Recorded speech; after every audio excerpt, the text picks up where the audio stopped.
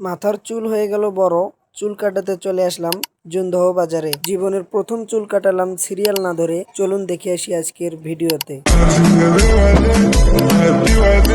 আসসালামু আলাইকুম, আশা করি সবাই ভালো আছেন। Welcome to my mini blog video. Guys, ইদানিং ব্যস্ত থাকার কারণে চুল কাটাতে পারছিলাম না, তাই এই প্রচন্ড রোদের ভিতরেই আজকে চুল কাটাতে চলে আসলাম জুনদহ বাজার সেলুনে।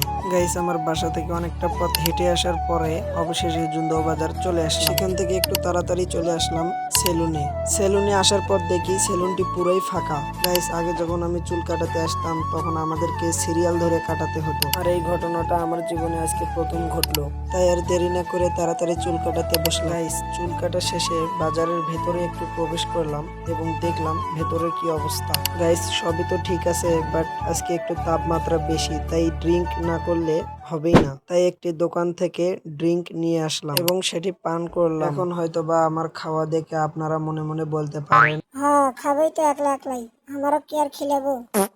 আসলে গাইস বিষয়টা এমন না, আপনি যদি ওখানে থাকতেন তাহলে আপনাকেও খাওয়াতাম। আচ্ছা, যাই হোক, আরেকটি ড্রিঙ্ক নিলাম এবং সেটি খেতে খেতে বাসার উদ্দেশ্যে রওনা দিলাম। তো গাইস, আজকের ভিডিওটা এই পর্যন্তই। আশা করি সবাই ভালো থাকবেন, সুস্থ থাকবেন। ধন্যবাদ।